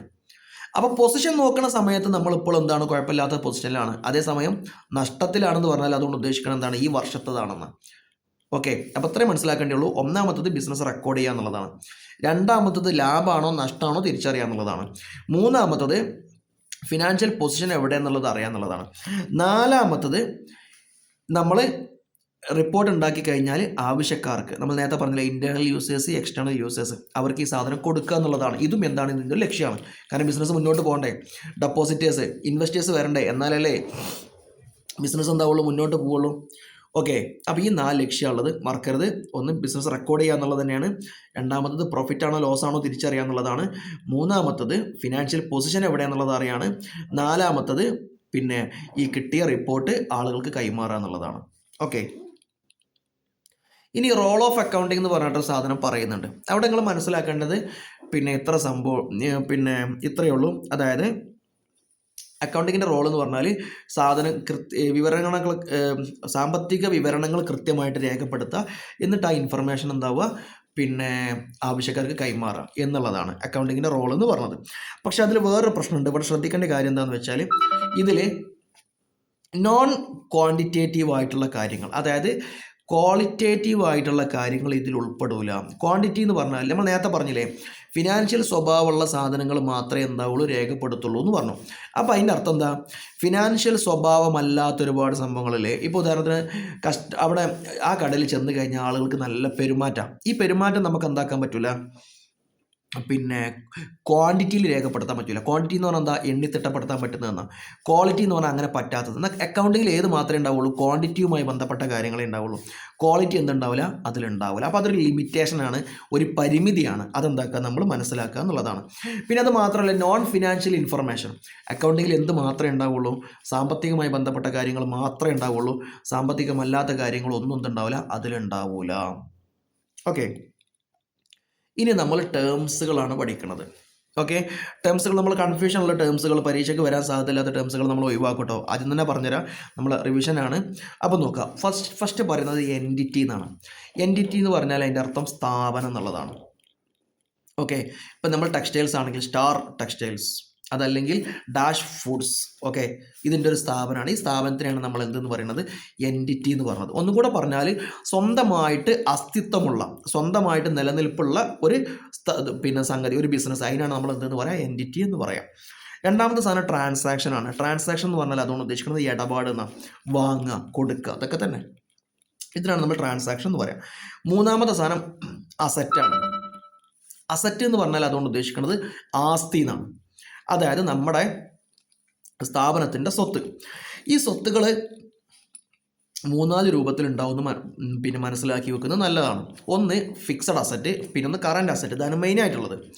ഫിക്സഡ് അസറ്റ് എന്ന് പറഞ്ഞാൽ ആ സാധനം നമ്മൾ കച്ചവടത്തിന് വേണ്ടി വാങ്ങിയതല്ല, അതിൻ്റെ പേരിൽ തന്നെ അതുണ്ട്. ഫിക്സഡ് എന്ന് പറഞ്ഞാൽ എന്താ, സ്ഥായിയായി നിൽക്കുക, സ്ഥിരമായിട്ട് അവിടെ നിൽക്കുക എന്നുള്ളതാണ്. ഓക്കെ, ഇതിനാണ് നമ്മൾ ഫിക്സഡ് അസറ്റ് എന്ന് പറയാം. ഉദാഹരണത്തിന് ഞാൻ എന്താക്കിയൊരു ടെക്സ്റ്റൈൽ ഷോപ്പ് തുടങ്ങി. ടെക്സ്റ്റൈൽ ഷോപ്പ് തുടങ്ങിയ സമയത്ത് ഇതൊരു ഒരു ലാൻഡ്, ഒരു ഭൂമിയിലാണ് ഞാൻ എന്താക്കിയ സ്ഥാപനം തുടങ്ങിയത്. അപ്പോൾ ആ ഭൂമി എന്നുള്ളത് എൻ്റെ സ്ഥാപനത്തിൻ്റെ ഫിക്സഡ് അസറ്റാണ്. ഒരു ബിൽഡിംഗ് ഉണ്ട്, ആ ബിൽഡിങ്ങിൻ്റെ ഉള്ളിലാണ് ഡ്രസ്സുകളൊക്കെ വെക്കുന്നത്. അപ്പോൾ ആ ബിൽഡിംഗ് എന്താണ്, ഫിക്സഡ് അസറ്റാണ്. ഡ്രസ്സുകളൊക്കെ ആളുകൾക്ക് കാണിച്ചു കൊടുക്കാൻ വേണ്ടിയിട്ട് അവിടെ എന്തുണ്ട്, മേശയൊക്കെ ഉണ്ട്. ഓക്കെ, ഒരുപാട് ടേബിൾ ഉണ്ട്. ഈ ടേബിൾ എന്താണ്, ഫിക്സഡ് അസറ്റാണ്. ഇത് ബില്ലിംഗ് ഒക്കെ ചെയ്യാൻ വേണ്ടിയിട്ട് ഒരു കമ്പ്യൂട്ടർ ഉണ്ട്, അത് ഫിക്സഡ് അസറ്റാണ്. പിന്നെ അവിടുത്തെ സ്റ്റാഫുകൾക്ക് ഇരിക്കാൻ വേണ്ടിയിട്ട് കുറച്ച് ചെയർ ഉണ്ട്, ഫിക്സഡ് അസറ്റാണ്. ഓക്കെ, അപ്പോൾ ഇതാണ് ഫിക്സഡ് അസറ്റ് എന്ന് പറഞ്ഞത്. അതേസമയം കറണ്ട് അസറ്റ് എന്ന് പറഞ്ഞാൽ എന്താ, അത് അവിടെ സ്ഥിരമായിട്ടുണ്ടാവില്ല. ഇതിന് നേരെ ഓപ്പോസിറ്റ്, പെട്ടെന്ന് വന്നു പോകും. ഉദാഹരണത്തിന് അവിടുത്തെ ഡ്രസ്സ്, ഇന്നലെ വേറെ ഡ്രസ്സ്, അത് വന്ന് കച്ചവടമായി, അതങ്ങനെ എന്താ വന്നും പോയി കൊണ്ടിരിക്കും. ഇതാണ് എന്ത്, കറണ്ട് അസറ്റ് എന്ന് പറയുന്നത്. ഗുഡ്സ് എന്ന് പറഞ്ഞാൽ ചരക്ക്. ഓക്കെ, ഇനി ഇവിടെ വേറെ കാര്യം കൂടെ മനസ്സിലാക്കേണ്ടത്, ടേബിളും കസാലയും കമ്പ്യൂട്ടറും ഈ സാധനങ്ങളൊന്നും എല്ലാ കടകളിലും എന്തല്ല, ഫിക്സഡ് അസറ്റ് അല്ല. ഉദാഹരണത്തിന് എൻ്റെ കമ്പ്യൂട്ടർ ഷോപ്പാണ്. കമ്പ്യൂട്ടർ ഷോപ്പിൽ അവിടെ ഉള്ള കമ്പ്യൂട്ടർ എന്തല്ല, ഫിക്സഡ് അസറ്റ് അല്ല, കറണ്ട് അസറ്റാണ്. കാരണം എന്താ, കമ്പ്യൂട്ടർ വന്നും പോയി നിൽക്കുന്ന സാധനമാണ്. ഫർണിച്ചർ കടയിലുള്ള ടേബിളും കസേരയും എന്തല്ല, ഫിക്സഡ് അസറ്റ് അല്ല. കാരണം എന്താ, അതവിടെ കച്ചവടത്തിന് കൊണ്ടുപോയി വെച്ചതാണ്. മനസ്സിലായി തോന്നുന്നു. ഇനി വേറൊന്നുണ്ട്, ടാഞ്ചിബിൾ അസറ്റ്, ഇൻടാഞ്ചിബിൾ അസറ്റ് എന്ന് പറഞ്ഞ സാധനം. ടാഞ്ചിബിൾ എന്ന് പറഞ്ഞാൽ ഉദ്ദേശിക്കുന്നത് ടച്ചബിൾ എന്നാണ്. തൊടാൻ പറ്റുന്ന അസറ്റിനെയാണ് നമ്മൾ എന്തെന്ന് പറയുക, ടാഞ്ചിബിൾ അസറ്റ് എന്ന് പറയാം. അപ്പോൾ ഫിക്സഡ് അസറ്റ് ഏറെക്കുറെ എന്താണ്, നമുക്ക് തൊടാൻ വേണ്ടി പറ്റുന്ന സാധനങ്ങളാണ്. കറണ്ട് അസറ്റും ഏറെക്കുറെ നമുക്ക് തൊടാൻ പറ്റുന്ന സാധനമാണ്. അതായത് ഇൻടാഞ്ചിബിൾ എന്ന് പറഞ്ഞാൽ തൊടാൻ പറ്റാത്ത ചില സംഭവങ്ങളാണ്. ഓക്കെ, അത് ഉദാഹരണത്തിന് നമ്മൾ പറയാം ഗുഡ് വില്ല് എന്ന് പറഞ്ഞാൽ അതിൻ്റെ അർത്ഥം സൽപ്പേര് എന്നാണ്. സൽപ്പേര് കൊണ്ട് ഉദ്ദേശിക്കുന്നത്, ഇപ്പോൾ നമ്മൾ ചില ടൗണിലൊക്കെ ഉണ്ടാകും ചില കടകൾ. ആ കടകളിൽ മറ്റുള്ള എല്ലാവരും ഇറക്കുന്ന മാതിരി തന്നെയാണ് അവരും എന്തുണ്ടാകുക, പൈസ ഇറക്കിയിട്ടുണ്ടാകുക. പക്ഷെ കസ്റ്റമേഴ്സ് എന്താണെന്നറിയില്ല, കൂടുതൽ ആളുകളും ഈ കടയിലേക്കാണ് പോവുക. അവരുടെ മറ്റൊരു അടുത്ത് കിട്ടുന്ന അതേ സാധനം ഇവിടെ ഉണ്ട്, ഇറക്കി അത്ര തന്നെ പൈസയും വില ഇറക്കിയിട്ടുണ്ട്. പക്ഷെ കൂടുതൽ ആളുകൾ അങ്ങോട്ട് എന്താവുന്നുണ്ട്, പോകുന്നുണ്ട്. അപ്പോൾ അവിടെ എന്തോ ഒരു സാധനമില്ലേ, അതിനാണ് അതിൻ്റെ വിലക്കാണ് നമ്മൾ എന്തെന്ന് പറയാം, ഗുഡ് വില്ല് എന്ന് പറയാം. ഓക്കെ, ഇതാണ് ഗുഡ് വില്ല് എന്ന് പറഞ്ഞ സാധനം. ഈ ഗുഡ് വില്ല് എന്ന് പറഞ്ഞാൽ ആ കടക്കാരെ സംബന്ധിച്ചിടത്തോളം അതെന്താണ്, ഒരു പവറാണ്, അല്ലെങ്കിൽ ഒരു അസറ്റാണ്. പക്ഷേ ആ സൽപ്പേര് എന്ന് പറഞ്ഞാൽ ആ സാധനത്തെ നമുക്ക് ടച്ച് ചെയ്യാൻ പറ്റുമോ, ഇല്ല. അപ്പോൾ അത് ഇൻടാഞ്ചിബിൾ അസറ്റിന് എന്താണ്, ഉദാഹരണമാണ്. ഡീറ്റെയിൽ ആയിട്ട് ഇൻഷാ അല്ലാഹ് നമ്മൾ ക്വസ്റ്റ്യൻ ഡിസ്കസ് ചെയ്യുന്ന സമയത്ത് അവിടെ പറയും കേട്ടോ. ഓക്കെ, പിന്നെ നമ്മൾ അടുത്ത പറയാൻ പോകുന്നത് ലയബിലിറ്റിയാണ്. അപ്പോൾ കറണ്ട് അസറ്റും ഫിക്സഡ് അസറ്റും ടാഞ്ചിബിൾ അസറ്റും ഇൻടാഞ്ചിബിൾ അസറ്റും. ഓക്കെ, പിന്നെ അങ്ങനെ വേറെ കുറച്ച് ടൈപ്പ് അസറ്റുകളുണ്ട്, നമ്മൾ ക്വസ്റ്റ്യൻ്റെ ഭാഗത്ത് ഡിസ്കസ് ചെയ്യും. അടുത്ത നമ്മൾ പറയുന്നത് ലയബിലിറ്റിയുമായി ബന്ധപ്പെട്ട കാര്യങ്ങളാണ്. ലയബിലിറ്റി എന്ന് പറഞ്ഞാൽ ബാധ്യത ആണ് അർത്ഥം. ബാധ്യത എന്ന് പറഞ്ഞാൽ ബിസിനസ് അങ്ങോട്ട് കൊടുക്കാനുള്ളത്. നമുക്ക് ബാധ്യതയാണെന്ന് പറയില്ലേ, അത് നമ്മൾ കൊടുക്കേണ്ടതാണ്. ഇതിനാണ് ലാബിലിറ്റി എന്ന് പറയാം. ലാബിലിറ്റി 2 ടൈപ്പ് ലാബിലിറ്റി ഉണ്ട്. ലോങ് ടേമും ഉണ്ട്, ഷോർട്ട് ടേമും ഉണ്ട്. മറ്റൊരു നമ്മൾ കറണ്ട് ഫിക്സഡ് എന്ന് പറഞ്ഞ മാതിരി ഇവിടെ എന്തുണ്ട്, long term, short term. Short എന്ന് പറഞ്ഞാൽ ചുരുങ്ങിയത് എന്നർത്ഥം. അതായത് കുറഞ്ഞ സമയം കൊണ്ട് കൊടുത്ത് തീർക്കേണ്ട സാധനമാണെങ്കിൽ നമ്മൾ ഷോർട്ട് ടേം ലാബിലിറ്റി എന്ന് പറയും. അതല്ല ദീർഘകാലം കഴിഞ്ഞിട്ട് കൊടുത്താൽ മതി, കുറച്ച് കഴിഞ്ഞിട്ട് കൊടുത്താൽ മതി, അങ്ങനെയാണെങ്കിൽ നമ്മൾ അതിനെന്തെന്ന് പറയും, ലോങ് ടേം എന്ന് പറയും. നെക്സ്റ്റ് സാധനം ക്യാപിറ്റൽ എന്ന് പറഞ്ഞ സാധനമാണ്. ക്യാപിറ്റൽ വളരെ ഇമ്പോർട്ടൻ്റ് ആണ്, എന്തായാലും മനസ്സിലാക്കി വെക്കണം. അതായത് ഇവിടെ നമ്മൾ മനസ്സിലാക്കേണ്ട ഒരു സംഭവം, മുതലാളി വേറെ ആണ്, ബിസിനസ്, അത് നമ്മൾ രണ്ടാമത്തെ ചാപ്റ്ററിൽ ഒന്ന് ഡീറ്റെയിൽ ആയിട്ട് ഡിസ്കസ് ചെയ്യാം. അപ്പോൾ നമ്മളിവിടെ ക്യാപിറ്റൽ മാത്രം പറഞ്ഞു പോകട്ടെ. ക്യാപിറ്റൽ എന്ന് പറഞ്ഞാൽ അർത്ഥം മൂലധനം എന്നാണ്. മൂലധനം എന്ന് പറഞ്ഞാൽ ഞാൻ എൻ്റെ ഹോട്ടൽ തുടങ്ങാൻ വേണ്ടിയിട്ട് 10 ലക്ഷം റുപ്യ ചിലവ് വെച്ചിട്ടുണ്ട്. അങ്ങനെയാണെങ്കിൽ ഈ 10 ലക്ഷത്തിന് പറയുന്ന പേരാണെന്ന് ക്യാപിറ്റൽ. അതായത് മുതലാളി ബിസിനസ്സിലേക്ക് കൊണ്ടുവരുന്ന പൈസക്ക് പറയുന്ന പേരാണെന്ന് ക്യാപിറ്റൽ. മലയാളത്തിൽ മൂലധനം എന്ന് പറയും, ക്യാപിറ്റൽ. ഓക്കെ. അടുത്ത സാധനം സെയിൽസ് ആണ്. സെയിൽസ് എന്ന് പറഞ്ഞാൽ എന്താ, വിൽക്കുന്ന പ്രക്രിയ. ഞാൻ എന്താണ്, ടെക്സ്റ്റൈൽ ഷോപ്പ് തുടങ്ങി ഡ്രസ്സുകൾ എന്താകുന്നുണ്ട്, വിൽക്കുന്നുണ്ട്. ഈ വിൽപ്പന എന്നുള്ള പ്രക്രിയ, ആ വിൽപ്പനക്ക് പറയുന്ന പേരാണെന്ന് സെയിൽസ്. അടുത്ത റവന്യൂ ആണ്. റവന്യൂ എന്ന് പറഞ്ഞാൽ വരുമാനം എന്നർത്ഥം. അതായത് ഞാൻ ഡ്രസ്സുകൾ കച്ചവടം ചെയ്യുന്ന സമയത്ത് എനിക്ക് എന്താവും, വരുമാനം ഇങ്ങോട്ട് കിട്ടും. ഇതിനാണ് എന്തെന്ന് പറയാം, റവന്യൂ എന്ന് പറയാം. ഓക്കെ. അടുത്ത സാധനം എക്സ്പെൻസ് ആണ്. എക്സ്പെൻസ് എന്ന് പറഞ്ഞാൽ ചെലവ് എന്നാണ് അർത്ഥം. ചെലവ് എന്ന് പറഞ്ഞാൽ ഇവിടെ ഉദ്ദേശിക്കുന്നത് വരുമാനം കിട്ടാൻ വേണ്ടി ഞാൻ എന്തൊക്കെ ചെലവ് വയ്ക്കുന്നോ അതിനാണ് എന്തെന്ന് പറയാം, എക്സ്പെൻസ് എന്ന് പറയാം. ഉദാഹരണത്തിന് ഈ ഡ്രസ്സ് ഞാൻ നാട്ടുകാർക്ക് കൊടുക്കാൻ വേണ്ടിയിട്ട് 500 റുപ്യക്ക് ഞാൻ ഡ്രസ്സ് വാങ്ങി, എന്നിട്ട് 850 റുപ്യക്ക് ഞാൻ എന്താക്കി, അത് കച്ചവടമാക്കി. അപ്പോൾ 500 റുപ്യ എന്നുള്ളത് എന്താണ്, എക്സ്പെൻസ് ആണ്. അതേസമയം 800 എന്നുള്ളത് എന്താണ്, ഇൻകമാണ്. 500, 800. എക്സ്പെൻസ് എക്സ്പെൻഡിച്ചറും തമ്മിലുള്ള മാറ്റമുണ്ട്. അത് നിങ്ങൾ ഇവിടെ മനസ്സിലാക്കണം എന്നില്ല. നമ്മൾ പിന്നെ എപ്പോഴെങ്കിലും അത് പറയാൻ പറ്റുമോ എന്നൊക്കെ കുറച്ചൊരു കൺഫ്യൂഷൻ ഉണ്ടാക്കുന്ന സാധനമാണ്. മനസ്സിലാക്കിയില്ല എന്ന് വിചാരിച്ച് പ്രശ്നമല്ല. നമ്മൾ പ്രോഫിറ്റ് ആൻഡ് ലോസും ബാലൻസ് ഷീറ്റ് ഉണ്ടാക്കുന്നിടത്ത് ചെറിയതായിട്ടൊന്ന് ചിലപ്പോൾ, ഉറപ്പില്ല, ചിലപ്പം നമ്മളവിടെ വിശദീകരിക്കും കേട്ടോ. ഓക്കെ. മനസ്സിലാക്കാനൊന്നുമില്ല കേട്ടോ, പക്ഷെ എന്നാലും കൺഫ്യൂഷൻ ഉണ്ടാക്കുന്നൊരു സാധനമാണ്. ഇനി നമ്മൾ അടുത്ത് പറയുന്നത് പ്രോഫിറ്റാണ്. എക്സ്പെൻസ് എക്സ്പെൻഡിച്ചർ ഏകദേശം ഒരേമാതിരി തന്നെയാണ് കേട്ടോ, അതും കൂടെ മനസ്സിലാക്കി വെക്കുക. അടുത്ത് പറയുന്നത് പ്രോഫിറ്റാണ്. പ്രോഫിറ്റ് കൊണ്ട് ഉദ്ദേശിക്കുന്നത് ലാഭമാണ്. ലാഭം എന്ന് പറഞ്ഞാൽ നേരത്തെ ഞാൻ പറഞ്ഞു, 500 രൂപയ്ക്ക് ഞാൻ എന്താക്കി, ഡ്രസ്സ് വാങ്ങി, എന്നിട്ട് 800 റുപ്യക്ക് ഞാനത് കച്ചവടമാക്കി. അപ്പം 500 റുപ്യ എനിക്ക് ചിലവായി, 800 റുപ്യ എനിക്ക് കിട്ടി. അപ്പം 300 റുപ്യ എന്ന് പറഞ്ഞ സാധനമല്ലേ എൻ്റെ ലാഭം, അതിനാണ് നമ്മൾ എന്തെന്ന് പറയുക, പ്രോഫിറ്റ് എന്ന് പറയുക. ഓക്കെ. അപ്പോൾ പ്രോഫിറ്റ് എന്ന് പറഞ്ഞാൽ എന്താണ്, ലാഭം. അതായത് ചിലവിനേക്കാൾ കിട്ടുന്ന വരുമാനം. ചിലവ് 500, വരുമാനം 800. അപ്പോൾ ചിലവിനേക്കാൾ വരുന്ന വരുമാനം എത്രയാണ്, 300. ഇതിനെയാണ് നമ്മൾ എന്തെന്ന് പറയുക, പ്രോഫിറ്റ് എന്ന് പറയുക. ഇനി അടുത്തതാണ് ഗെയിൻ എന്ന് പറഞ്ഞ സാധനം. ഗെയിൻ എന്ന് പറഞ്ഞാൽ അർത്ഥം നേട്ടം എന്നാണ്. ഇവിടെ ഗെയിനോട് ഉദ്ദേശിക്കുന്നത് ബിസിനസ്സിൻ്റെ മെയിൻ ഉദ്ദേശത്തിൽപ്പെട്ട പരിപാടിയല്ല, അല്ലാതെ കിട്ടിയ വരുമാനത്തിനാണ് നമ്മൾ എന്തെന്ന് പറയാം, ഗെയിൻ എന്ന് പറയാം. ഉദാഹരണത്തിന് ഡ്രസ്സിൻ്റെ കച്ചവടമല്ലേ ഇപ്പോൾ നമ്മൾ ചെയ്തുകൊണ്ടിരിക്കുന്നത്. അപ്പോൾ ഡ്രസ്സിൽ നിന്ന് കിട്ടുന്ന വരുമാനത്തിനൊക്കെ നമ്മൾ എന്തെന്ന് പറയും, പ്രോഫിറ്റ് എന്ന് പറയും. വരുമാനത്തിന് നമ്മൾ ഇൻകം എന്ന് പറയും, ലാഭമാണെങ്കിൽ അതിന് നമ്മൾ പ്രോഫിറ്റ് എന്ന് പറയും. അതേസമയം ഇപ്പോൾ നമ്മളൊരു ഡ്രസ്സിൻ്റെ ഷോപ്പ് തുടങ്ങുന്ന സമയത്ത് മുന്നിലുള്ള കുറച്ച് സ്ഥലം എന്താക്കിയാണ് നമ്മൾ എടുത്തിട്ടിരുന്നു. ആ സ്ഥലം അന്ന് നമ്മൾ 3 ലക്ഷത്തിന് എടുത്തിരുന്നത്, നമുക്ക് ആവശ്യമുണ്ടോ എന്ന് വെച്ചാൽ എടുത്തതാണ്. പിന്നെ അത് ആവശ്യം വന്നില്ല. ഇപ്പം നമ്മളെന്തായി, വിറ്റ സമയത്ത് എന്തായിരുന്നോ അത് 4 ലക്ഷത്തിന് പോയി. അപ്പോൾ 1 ലക്ഷം നമുക്ക് എന്താണ്, ലാഭമാണ്. പക്ഷെ നമ്മളെ ബിസിനസ്സിൻ്റെ ഉദ്ദേശം ആ സ്ഥലം വിൽക്കലാണോ, അല്ല, ഇവിടെ ഡ്രസ്സ് കച്ചവടം ചെയ്യുക എന്നുള്ളതാണ്. അപ്പോൾ ഈ ഡ്രസ്സ് കച്ചവടം ചെയ്യുക എന്നുള്ളതാണ് മെയിൻ പർപ്പസ്. എന്നാൽ അതിൻ്റെ ഇടയിൽ കൂടെ നമുക്ക് ഇൻസിഡൻ്റലായിട്ട് കിട്ടിയ, ആകസ്മികമായിട്ട് കിട്ടിയ ഈ ലാഭത്തിനെയാണ് നമ്മൾ എന്തെന്ന് പറയാം, ഗെയിൻ എന്ന് പറയാം. അപ്പം പ്രോഫിറ്റും ഗെയിനും മലയാളത്തിൽ നമുക്ക് രണ്ടും നേട്ടം എന്നേ പറയാൻ പറ്റുള്ളൂ. പക്ഷേ ഇത് രണ്ടും തമ്മിൽ എന്തുണ്ട്, മാറ്റമുണ്ട്. പ്രോഫിറ്റ് എന്ന് പറഞ്ഞാൽ ബിസിനസ്സിൻ്റെ സാധാ പ്രവർത്തനത്തിൽ നിന്ന് കിട്ടുന്ന ലാഭത്തിനാണ് നമ്മൾ പ്രോഫിറ്റ് എന്ന് പറയുക. ഗെയിന് ലാഭം തന്നെയാണ്, പക്ഷെ അത് ബിസിനസ്സിൻ്റെ മെയിൻ പ്രവർത്തനമല്ല. ഇനി അടുത്ത സാധനം ലോസ് ആണ്. ലോസ് എന്ന് പറഞ്ഞാൽ നഷ്ടം. അതായത് ലാഭം എന്ന് പറഞ്ഞാൽ എന്തേനു, 500 റുപ്യ എക്സ്പെൻസും 800 റുപ്യ വരുമാനം. അപ്പം 300 റുപ്യ എന്നാണ് ലാഭമാണ്. എന്നത് നേരെ തിരിച്ച് 500 റുപ്യ നമുക്ക് ചിലവായിട്ടുണ്ട്, പക്ഷേ വിറ്റ സമയത്ത് നമുക്ക് കിട്ടിയ 450 നഷ്ടത്തിനാണ് കൊടുത്തത്. അങ്ങനെയാണെങ്കിൽ 50 റുപ്യ അവിടെ എന്താണ്, ലോസാണ്. അപ്പോൾ പ്രോഫിറ്റിൻ്റെ നേരെ ഓപ്പോസിറ്റ് ആണെന്ത്, ലോസ് എന്ന് പറഞ്ഞ സാധനം. അടുത്തവർ ഡിസ്കൗണ്ട് ആണ്. ഡിസ്കൗണ്ട് കൊണ്ട് ഉദ്ദേശിക്കുന്നത് നമ്മൾ വിൽക്കുന്ന സാധനം ഉണ്ടല്ലോ. ഇപ്പം 500 റുപ്യക്ക് സാധനം വിൽക്കുകയാണ്. അപ്പോൾ ആ 500 റുപ്യേൻ്റെ സാധനം വിൽക്കുന്ന സമയത്ത് നമ്മൾ കുറച്ച് കൊടുക്കൂലേ, 450 തന്നാൽ മതി, അല്ലെങ്കിൽ 450 തന്നാൽ മതി, ഇങ്ങനെ പറഞ്ഞു കൊടുക്കുന്നതിനാണ് നമ്മൾ എന്തെന്ന് പറയാം, ഡിസ്കൗണ്ട് എന്ന് പറയാം. അതായത് ഡിഡക്ഷൻ, കുറവാണ്, യഥാർത്ഥ എമൗണ്ടിൽ നിന്നുള്ള കുറവിനെയാണ് നമ്മൾ എന്തെന്ന് പറയാം, ഡിസ്കൗണ്ട് എന്ന് പറയാം. ഇവിടെ ഡിസ്കൗണ്ടിനെ കുറിച്ച് മനസ്സിലാക്കേണ്ട ഒരു സംഭവം, ഡിസ്കൗണ്ട് 2 ടൈപ്പ് ഡിസ്കൗണ്ട് ഉണ്ട്. ഒന്ന് ട്രേഡ് ഡിസ്കൗണ്ടും പിന്നൊന്ന് ക്യാഷ് ഡിസ്കൗണ്ടുമാണ്. അതിൽ ട്രേഡ് ഡിസ്കൗണ്ട് എന്ന് പറഞ്ഞ സാധനം നമ്മൾ കച്ചവടം ചെയ്യുന്ന സമയത്ത്, ഇപ്പോൾ ഉദാഹരണം പറയുകയാണെന്ത്, ഈ 10 എടുക്കുകയാണെങ്കിൽ എനിക്ക് ആ സാധനം ഞാൻ 450 തരാം. ഒന്നിൻ്റെ വില 50 വിചാരിക്കുക. അപ്പോൾ 10 വിൽക്കുമ്പോൾ 500 റുപ്യ ഉണ്ടാവും. നമ്മൾ ഓരോട് പറഞ്ഞത് ഈ 10 എടുക്കുകയാണെങ്കിൽ എനിക്ക് ഞാൻ 450 തരാം. ഇങ്ങനെ കച്ചവടം ചെയ്യുന്ന സമയത്ത് കൊടുക്കുന്ന ഡിസ്കൗണ്ടിനെയാണ് നമ്മൾ എന്തെന്ന് പറയാം, ട്രേഡ് ഡിസ്കൗണ്ട് എന്ന് പറയാം. അതേസമയം ക്യാഷ് ഡിസ്കൗണ്ട് എന്ന് പറഞ്ഞാലോ, ബില്ല് ചെയ്യുന്ന സമയത്ത്, ബില്ലടക്കുന്ന സമയത്ത് നമ്മൾ ക്യാഷിൽ കുറച്ച് കൊടുക്കുന്നതിനാണ് നമ്മൾ എന്തെന്ന് പറയാം, ക്യാഷ് ഡിസ്കൗണ്ട് എന്ന് പറയാം. ഓക്കെ. അടുത്തത് വൗച്ചറാണ്. വൗച്ചർ എന്ന് പറഞ്ഞാൽ ഒന്നുമില്ല, നമ്മൾ വാങ്ങുമ്പോഴും വിൽക്കുന്ന സമയത്തൊക്കെ ഒരു ബില്ല് നമ്മളെ കയ്യിലുണ്ടാവില്ലേ, തെളിവ്, ഇതിനാണ് വൗച്ചർ എന്ന് പറയാം. അപ്പോൾ 10,000 റുപ്യേൻ്റെ സാധനം വിറ്റാൾ ഇത് ഇപ്പോൾ ഒരു കട, പിന്നെ സ്റ്റാർ ടെക്സ്റ്റൈൽസ്, അതിൻ്റെ ഒരു ചെറിയൊരു ബില്ല്, ആ ബില്ലിൻ്റെ അടിയിലുണ്ടാവും 10,000 റുപ്യ ഡാഷ്. ഓക്കെ, ഇതിനാണ് നമ്മൾ വൗച്ചർ എന്ന് പറയാം. ഇനി അടുത്ത സാധനം പിന്നെ ഗുഡ്സ് ആണ്. ഗുഡ്സ് കൊണ്ട് ഉദ്ദേശിക്കുന്നത് ചരക്ക്. നമ്മൾ ടെക്സ്റ്റൈൽസ് ഇതല്ലേ, അപ്പോൾ അവിടുത്തെ ചരക്ക് എന്ന് പറഞ്ഞാൽ എന്താ, ഡ്രസ്സുകളാണ്.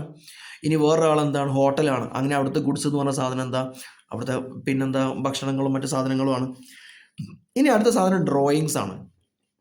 ഡ്രോയിങ്സ് എന്ന് പറഞ്ഞാൽ അതുകൊണ്ട് ഉദ്ദേശിക്കൽ പിൻവലിക്കുക എന്നുള്ളതാണ്. മുതലാളി ബിസിനസ്സിലേക്ക് 10 ലക്ഷം, ഞാൻ നേരത്തെ 10 ലക്ഷം കൊണ്ടുവന്നിട്ടാണ് എൻ്റെ സ്ഥാപനം ഞാൻ തുടങ്ങിയത്. ഈ 10 ലക്ഷത്തിന് നമ്മൾ പറയുന്ന പേര് ക്യാപിറ്റൽ എന്നാണ്. എന്നാൽ ഈ 10 ലക്ഷം ഞാൻ തിരിച്ചെടുക്കുകയാണെന്ന് വിചാരിക്കുക, 10 ലക്ഷം എന്നൊരു 5,000 ഞാൻ തിരിച്ചെടുക്കുകയാണെന്ന് വിചാരിക്കുക. എന്നാൽ ഈ തിരിച്ചെടുക്കുന്ന പ്രക്രിയക്ക് പറയുന്ന പേരാണെന്ന് ഡ്രോയിങ്സ്. ഓക്കെ, മുതലാളി പൈസ ബിസിനസ്സിലേക്ക് കൊണ്ടുവരുമ്പോൾ അതിന് പറയുന്ന പേര് ക്യാപിറ്റൽ, തിരിച്ചെടുക്കുമ്പോൾ പറയുന്നതിൻ്റെ പേര് ഡ്രോയിങ്സ്. ഓക്കെ. ഇനി അടുത്ത സാധനം പർച്ചേസ് ആണ്. പർച്ചേസ് എന്ന് പറഞ്ഞാൽ എന്താ, വാങ്ങുക എന്നുള്ളതാണ്. ഓക്കെ, നമ്മൾ വിൽക്കാൻ വേണ്ടി സാധനങ്ങൾ എന്താക്കും, വാങ്ങും, ഇതിനാണ് നമ്മൾ പർച്ചേസ് എന്ന് പറയാം. പർച്ചേസ് എന്ന് പറഞ്ഞാൽ നമ്മളെ സ്ഥാപനത്തിൻ്റെ ആവശ്യത്തിനും വേണ്ടി വേറെ സ്ഥലത്ത് നിന്ന് എന്താക്കുക, സാധനങ്ങൾ വാങ്ങാം, ഇതിനാണ് എന്തെന്ന് പറയാം, പർച്ചേസ് എന്ന് പറയാം. ഓക്കെ. ഇനി അടുത്തത് സ്റ്റോക്കാണ്. സ്റ്റോക്ക് എന്ന് പറഞ്ഞാൽ ഇവിടെ ഉദ്ദേശിക്കുന്നത് വിൽക്കപ്പെടാത്ത പിന്നെ വസ്തുക്കൾക്കാണ് നമ്മൾ എന്തെന്ന് പറയാം, സ്റ്റോക്ക് എന്ന് പറയാം. ഇൻവെൻട്രി എന്ന് പറഞ്ഞിട്ടൊരു പേരും കൂടെ അതിനുണ്ട് കേട്ടോ, അതൊന്ന് ഓർമ്മിച്ച് വെക്കുന്നത് നല്ലതാണ്. ഉദാഹരണത്തിന് ഇതിപ്പോൾ ഒരു December 31 വിചാരിക്കുക. ഓക്കെ, ഇന്നിപ്പോൾ December 31. ഈ വർഷം നമ്മൾ 1000 സാധനം പിന്നെ പ്രൊഡക്ഷൻ നടത്തിയിട്ടുണ്ട്, അതായത് 1000 സാധനം ഉണ്ടാക്കിയിട്ടുണ്ട്. അതിൽ 700 സാധനം വിറ്റുപോയി, 300 സാധനം എന്തുണ്ട് ഇവിടെ ബാക്കിയുണ്ട്. എന്നാൽ ഈ 300 സാധനത്തിന് പറയുന്ന പേരാണെന്ത്, സ്റ്റോക്ക്, അതല്ലെങ്കിൽ ഇൻവെൻട്രി എന്ന് പറഞ്ഞ സാധനം. ഓക്കെ. ഇനി ഒരു കാര്യം കൂടെ ശ്രദ്ധിക്കുക, ഇതേ സാധനം തന്നെ വേറെ പേരിലും ചിലപ്പോൾ നിങ്ങൾക്ക് കിട്ടും. അതെങ്ങനെ, closing stock, opening stock. Closing stock എന്ന് പറഞ്ഞാൽ നമ്മൾ കണക്ക് അവസാനിപ്പിക്കുന്ന സമയത്ത് എത്രയാണോ ബാക്കിയുള്ളത് അതിനാണ് നമ്മൾ ക്ലോസിംഗ് സ്റ്റോക്ക് എന്ന് പറയാം. ഈ ക്ലോസിംഗ് സ്റ്റോക്കാണ് ഇപ്പോൾ ഉദാഹരണത്തിന് ഇന്നത്തെ ദിവസം ഞാൻ കട അടക്കുകയാണ്. ഈ കട അടക്കുന്ന സമയത്ത് പിന്നെ 300 എന്ത് ബാക്കിയുണ്ട്, 300 ഡ്രസ്സ് ബാക്കിയുണ്ട്. അപ്പം ഇന്നത്തെ ക്ലോസിംഗ് സ്റ്റോക്ക് 300 ഡ്രസ്സാണ്. നാളെ രാവിലെ ഞാൻ വന്നിട്ട് എന്താക്കുകയാണ്, കട തുറക്കുകയാണ്. അപ്പം നാളത്തെ ഓപ്പണിംഗ് സ്റ്റോക്കാണെന്ത്, 300 എന്ന് പറഞ്ഞ സാധനം. ഓക്കെ, ഒരേ സാധനം തന്നെയാണ്, അത് അടക്കുന്ന സമയത്ത് എത്രയാണോ ബാക്കിയുള്ളത് അതിന് ക്ലോസിംഗ് സ്റ്റോക്ക് എന്ന് പറയും, തുറക്കുന്ന സമയത്ത് എത്രയാണോ സ്റ്റോക്ക് ഉള്ളത് അതിന് ഓപ്പണിംഗ് സ്റ്റോക്ക് എന്നും പറയും. അപ്പം സ്റ്റോക്ക്, ഇൻവെൻട്രി രണ്ടും ഒരേ സാധനം കേട്ടോ. വിൽക്കപ്പെടാതെ അൺസോൾഡ് ഐറ്റംസ്, അൺസോൾഡ് ഗുഡ്സ് ഐറ്റംസിനെയാണ്, അൺസോൾഡ് എന്ന് പറഞ്ഞാൽ വിൽക്കപ്പെടാത്ത, അൺസോൾഡ് ഗുഡ്സ് ഐറ്റംസിനെയാണ് നമ്മൾ എന്തെന്ന് പറയുന്നത്, സ്റ്റോക്ക് എന്ന് പറയുന്നത്. ഇതിന് തന്നെ വേറൊരു പേരാണ് ഇൻവെൻട്രി എന്ന് പറയുന്നത്. ഓക്കെ, അത് വിൽക്കപ്പെടാതെ പിന്നെ കട അടക്കുന്ന സമയത്ത് വിൽക്കപ്പെടാതെ നിൽക്കുന്നതിന് നമ്മൾ ക്ലോസിംഗ് സ്റ്റോക്ക് എന്ന് പറയും. തുറക്കുന്ന സമയത്ത് വിൽക്കപ്പെടാതെ അവിടെ ബാക്കി ഉണ്ടാകുന്നതിന് നമ്മൾ എന്തെന്ന് പറയും, ഓപ്പണിംഗ് സ്റ്റോക്ക് എന്നും പറയും. ഇനി നമുക്കിതിൽ 2 സാധനം കൂടെ മാത്രമേ നോക്കാനുള്ളൂ, ഒന്ന് ഡെപ്റ്റേഴ്സും പിന്നെ ഒന്ന് ക്രെഡിറ്റേഴ്സും. അതിൽ ഡെപ്റ്റേഴ്സ് എന്ന് പറഞ്ഞാൽ അതുകൊണ്ട് ഉദ്ദേശിക്കുന്നത് അയാൾ നമുക്ക് ഇങ്ങോട്ട് പൈസ തരാണ്ട്. ഇത് പലപ്പോഴും നമ്മളെ കൺഫ്യൂഷൻ ആക്കുന്ന സാധനമാണ് ഡെപ്റ്റേഴ്സും ക്രെഡിറ്റേഴ്സും. പിന്നെ ഇതിൽ ഡെബിറ്റ് ക്രെഡിറ്റ് അങ്ങനെ ഒന്നും നിങ്ങൾ ചേർക്കാൻ വേണ്ടി പാടില്ല കേട്ടോ. ഡെപ്റ്റേഴ്സ് എന്ന് പറഞ്ഞാൽ അയാൾ ഇങ്ങോട്ട് പൈസ തരാണ്ട്. ക്രെഡിറ്റേഴ്സ് എന്ന് പറഞ്ഞാലോ നമ്മൾ അയാൾക്ക് പൈസ കൊടുക്കാണ്ട്. ഡെപ്റ്റേഴ്സ് എന്ന് പറഞ്ഞാൽ അയാൾ ഇങ്ങോട്ട് പൈസ തരാണ്, ക്രെഡിറ്റേഴ്സ് എന്ന് പറഞ്ഞാൽ നമ്മൾ അങ്ങോട്ട് പൈസ കൊടുക്കാനും. ഡെപ്റ്റേഴ്സ് നമ്മളെ അസറ്റാണ്, അതായത് നമ്മളെ സ്വത്താണ്, നമ്മളെ പൈസ ഓൻ്റെ കയ്യിൽ, അപ്പോൾ ഇത് നമ്മളെ സ്വത്താണ്. ക്രെഡിറ്റേഴ്സ് എന്ന് പറഞ്ഞാലോ നമ്മളെ ബാധ്യതയാണ്, നമ്മൾ ഓനെ അങ്ങോട്ട് പൈസ കൊടുക്കാണ്ട്, അത് നമ്മളെ സംബന്ധിച്ചിടത്തോളം എന്താണ്, ബാധ്യതയാണ്. ഓക്കെ, അപ്പോൾ ഇത്ര മാത്രമേ എന്തുള്ളൂ, അരമണിക്കൂർ കൊണ്ട് തീരുന്ന ചാപ്റ്ററാണ് ഒന്നാമത്തെ ചാപ്റ്റർ എന്ന് പറഞ്ഞത്. വളരെ സിമ്പിളാണ്. ഇതിൽ കാര്യമായിട്ട് പറയുന്ന ഒന്ന് ഡെഫിനിഷനാണ്, പിന്നെ ഒന്ന് ഒബ്ജക്റ്റീവ്, പിന്നെ ഒന്ന് ഇൻട്രസ്റ്റഡ് യൂസേഴ്സ് ഓഫ് അക്കൗണ്ടിങ്, പിന്നെ കുറച്ച് ടേംസുകൾ, പിന്നെ ടൈപ്സ് ഓഫ് അക്കൗണ്ടിങ്. ഓക്കെ, ഇത്ര കാര്യം മാത്രമാണ് ഇവിടെ ഉള്ളത്. Thank you.